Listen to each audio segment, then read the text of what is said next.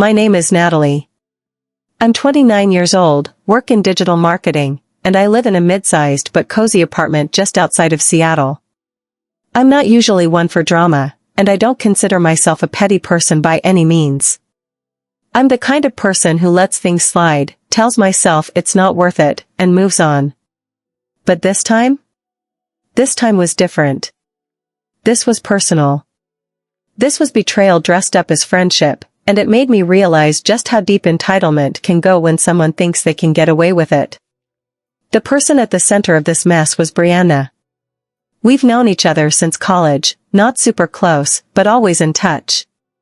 She was one of those people I'd grab brunch with every couple of months, exchange holiday texts with, and occasionally vent to about work or life stuff. Not a best friend, but a consistent presence in my adult life. A few weeks ago, I had to leave my apartment for a few days while some plumbing repairs were being done. Nothing dramatic, just scheduled pipe maintenance the landlord had to take care of. I didn't want to drop money on a hotel, and staying with my parents was not an option unless I wanted to listen to my mom comment on my single girl lifestyle for 4 days straight. So when Brianna offered her place, I was grateful. She lived in a nice loft-style condo downtown and said she'd be out of town for work anyway. She tossed me the spare key and told me to make myself at home. I stayed there for 4 days, fed her cat, watered her plants, and even restocked the oat milk in her fridge before I left. I left her place cleaner than I found it. When I got back to my apartment, the key didn't work. At first, I thought I was losing it. I double-checked the number on the door, the key, the lock, everything. Then I remembered I had a spare key tucked away with some old stuff in my storage locker. I walked over, grabbed it, and came back to try again. This time, the door opened. But the moment I stepped inside, I froze. There was a guy, a complete stranger, standing in the middle of my living room. He was holding a smoothie, barefoot, and looked just as confused as I was. His name was Kyle. He had a duffel bag in the corner, his laptop on the coffee table, and a suitcase propped against the wall. He told me, in a calm but bewildered voice, that he had rented this place off a short-term rental site. That it was listed as a last-minute sublet and he had paid up front for 5 nights. He showed me the confirmation email. I looked at it. My jaw dropped. It was my apartment. My address. My photos. Even my damn couch cushions in the background. The listing had been made just 3 days ago. While I was staying at Brianna's. I asked him who he got the keys from. He said a woman named Brianna met him in the lobby and handed them over. That was when everything clicked. Brianna had taken my spare key while I was staying at her place. I had given it to her months ago after locking myself out one time and forgot about it.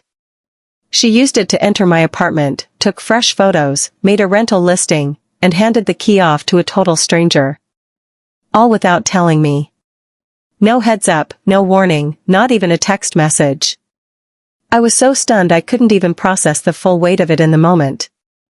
I asked Kyle to gather his things and explained, as calmly as I could, that this was my home and I had not listed it for rent.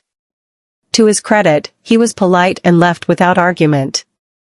I even gave him the contact info for the rental platform and told him to file a fraud report. He nodded, thanked me, and left. I sat in the silence of my own living room, now tainted by the fact that someone I trusted had violated it in such a bold and careless way. I stared at the place that was supposed to be mine, supposed to be safe, and realized that someone had been sleeping in my bed, using my shower, maybe even going through my drawers, because my friend decided it was fair. When I confronted Brianna, she didn't deny it. Not for a second. She actually had the nerve to act surprised that I was upset. She said something like, "Well, I let you stay at my place for free, so I figured it all balanced out." Then she waved it off and said, "It's not like anything was stolen." When I said this was beyond messed up, she rolled her eyes and told me I was overreacting. She even implied that I should be thanking her for monetizing unused space. I couldn't believe what I was hearing. She made nearly $600 off those 4 days. She took my space, violated my trust, and justified it with the thinnest excuse I'd ever heard. And now she was gaslighting me on top of it. I didn't scream. I didn't call the cops. I didn't post her all over social media or go on a tirade. I just said, okay. And I walked away. Because I had a plan. A quiet one. After Brianna brushed me off like I was being irrational for not appreciating her breaking into my home and renting it out for profit, I did what I always do when I feel like the world has flipped upside down. I took a breath, sat down, and started documenting. I didn't rage text her. I didn't call up mutual friends to vent. I didn't go on social media with some angry call-out post. I pulled out my laptop and opened a folder titled Brianna, Rental Incident. Inside went everything. No detail was too small.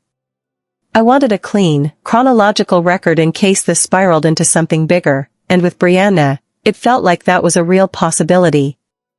She had already shown me she had no concept of boundaries, and even less concern for consequences. So I made sure there was no room for ambiguity. The screenshots were first.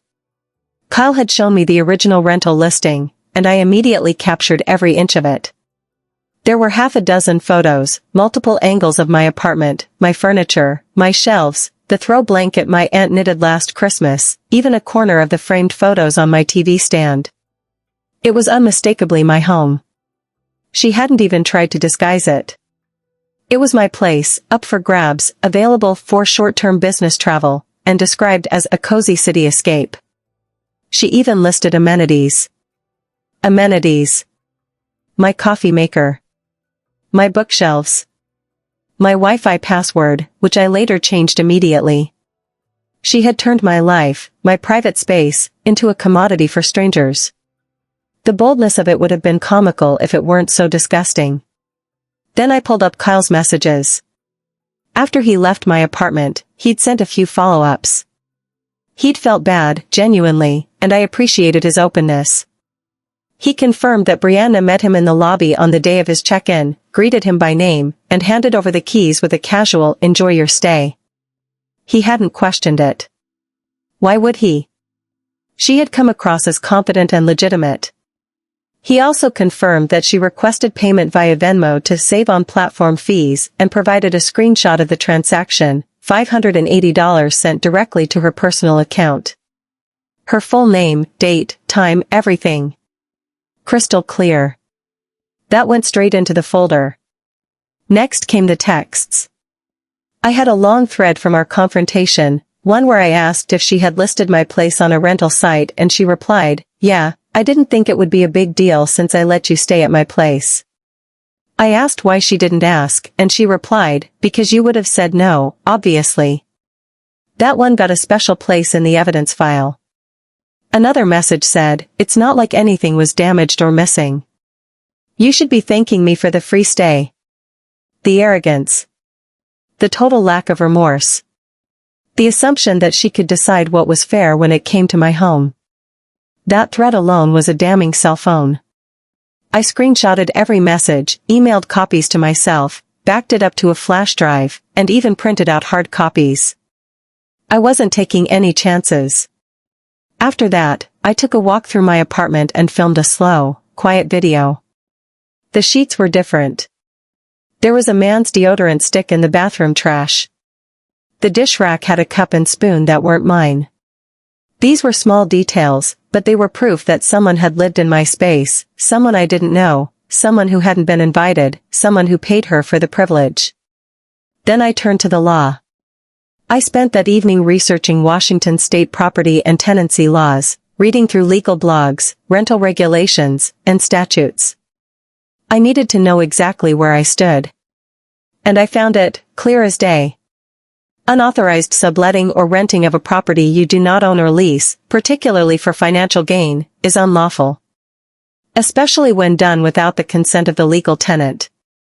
There were entire cases similar to mine, with people being fined or even criminally charged for doing what Brianna had done. She hadn't just committed a betrayal of trust.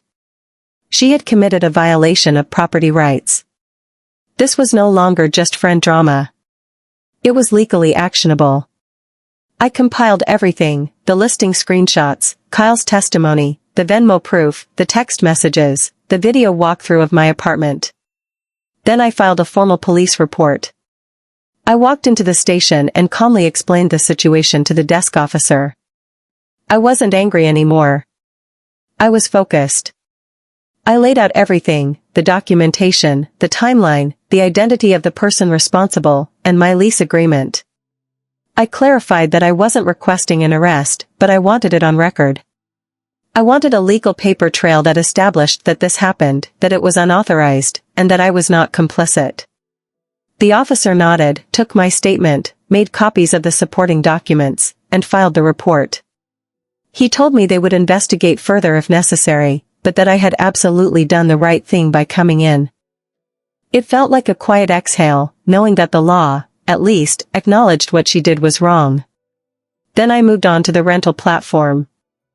I wrote the most thorough, polite, and professionally worded letter I've ever written in my life. I didn't lash out or accuse. I laid out facts. I explained that the individual listing the unit was not the owner or legal tenant. I included a copy of my lease, the police report number, the messages where she admitted what she had done, and the financial proof of the Venmo payment. I even included the link to the listing and screenshots in case they had already removed it. To their credit, they responded the next day. The representative thanked me for bringing it to their attention and confirmed that the account was under review. Less than 48 hours later, I received a follow-up email. The account had been permanently suspended for violation of terms of service and fraudulent activity. Any pending payouts had been frozen. Brianna's access to the platform, gone. I sat back in my chair and let it settle in. No more side hustle. No more exploiting other people's spaces. No more scamming strangers with someone else's property. I won't lie, that part felt good. Not in a gloating way, but in the satisfying, grounded sense that justice had been served quietly and efficiently. Like all the gears had finally aligned, and the machine had done what it was supposed to do. Seeing the consequences click into place with barely any effort on my part was like watching dominoes fall after the first push. But I wasn't done yet. A week after I filed the police report and got Brianna's account suspended from the rental platform, life returned to a new kind of normal. My apartment felt like mine again, cleaner, calmer, and with a freshly changed lock just in case she had made a copy of the old one. I was proud of myself for handling everything legally and methodically, for not letting rage or impulse cloud my judgment. But as much as I tried to move on, there was one lingering detail I hadn't stopped thinking about. Brianna's smugness. Even after everything, she was still posting. Still unbothered. On Instagram, she was sharing stories of green smoothies and spa robes from a wellness retreat in Sedona. A luxury resort, no doubt paid for with the easy money she made off renting out my home behind my back. She was posting photos of eucalyptus steam rooms, outdoor saltwater pools, and champagne flutes next to a quote about how karma always comes through, you just have to stay calm and aligned. The irony. In one post, she even bragged about how secure her building was, captioning a boomerang of her walking through her lobby with the words "No one even locks their doors here. It's that safe." She had told me something similar before, how the building's security made her feel invincible. No doorman, just electronic entry and cameras in the halls. The kind of place that relies more on appearances than substance. And that was the spark. I didn't need to set foot inside her apartment. I didn't need to touch a thing. I just needed the right ears to hear the truth. So I made a plan. I waited until the second day of her trip, then pulled up the building's website and looked for any leasing or contact information. A few clicks later, I had the name of the property management company and a phone number. I rehearsed what I was going to say, kept it vague but curious, and called pretending to be a potential tenant already living in the building, someone interested in whether the unit above mine might be available soon. The man who answered was polite and surprisingly chatty. I told him I was thinking of renewing and was just curious if that specific unit would be opening up. I described Brianna's place without using her name, just mentioned the floor and general layout. He said, casually, that it hadn't been listed yet, but asked how I knew the tenant might be leaving. I told him that I'd seen different people coming in and out a lot lately, like short-term guests. I made it sound like an offhand observation. That's when the tone shifted. He asked if I'd ever seen anyone with luggage. I said yes. Then I said something that changed everything. I mentioned the rental listing. Casually. Like I didn't think it was a big deal, just something I'd stumbled upon while browsing. That got his attention. He asked if I had any proof. I said I might still have a screenshot. He gave me an email address. I sent everything within 10 minutes, the listing, the photos, the captions, even Kyle's name blurred out just enough to protect him but still show the review he left. The most damning detail? A screenshot of her Airbnb-style listing that showed she had earned over $800 in less than a week. Less than 24 hours later, I received a reply. The landlord thanked me. He didn't say much, but I didn't need him to.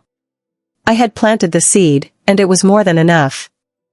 Turns out, Brianna's lease had a strict no subletting clause. No short-term rentals. No Airbnb. No guests staying longer than a week without written permission. The kind of lease that made it crystal clear that this was a residential property, not a hotel. And she had violated every line of it, with receipts. By the time she returned from her healing retreat, there was a letter waiting for her. A formal lease violation. The screenshots I sent had been shared with corporate. She wasn't getting evicted, but the damage was done. Her lease would not be renewed.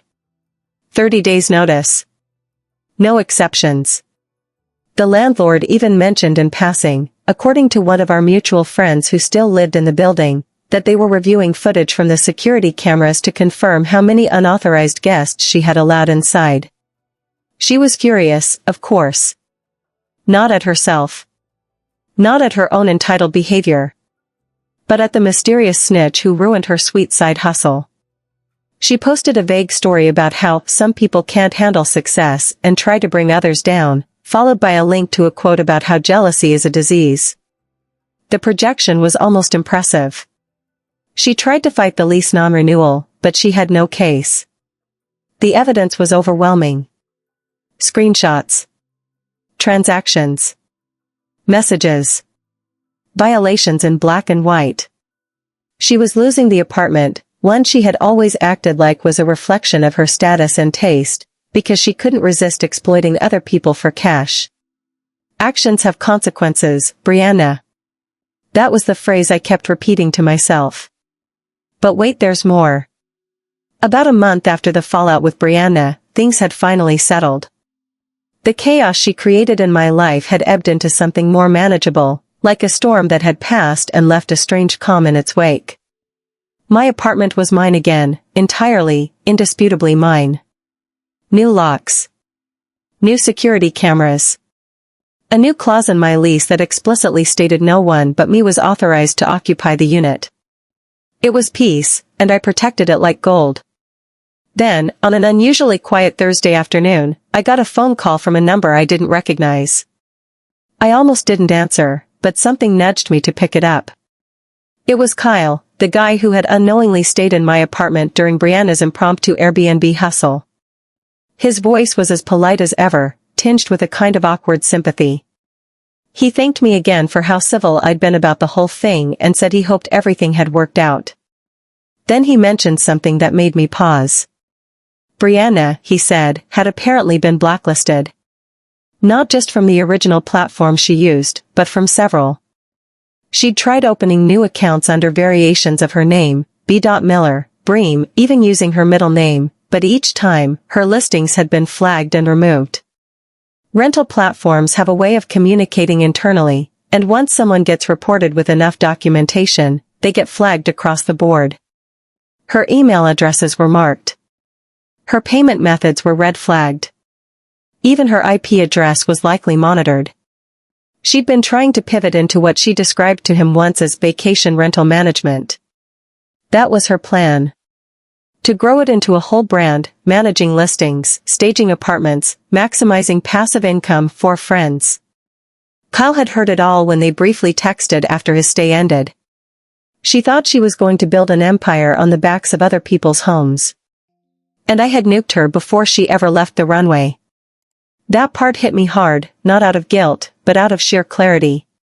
Brianna hadn't just violated my trust for a quick payday. She saw me as a stepping stone. An easy target. Her plan had never been about a one-time deal. She had been laying the foundation for something bigger. I had just happened to be the first person she could exploit. And had I let it slide, had I taken her apology, or accepted her warped sense of fairness, I would have set a precedent. She would have done it again.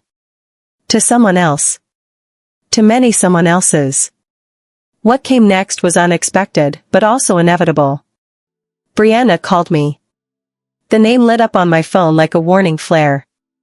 I stared at it for a few rings, not out of fear but because I was curious what she possibly had to say after everything. Then I answered. She didn't waste time. No hello. No small talk. Just anger. She wanted to know why I had sabotaged her business. Why I had felt the need to go to the platforms, the police, her landlord. Why I'd ruined her professional reputation. I let her speak.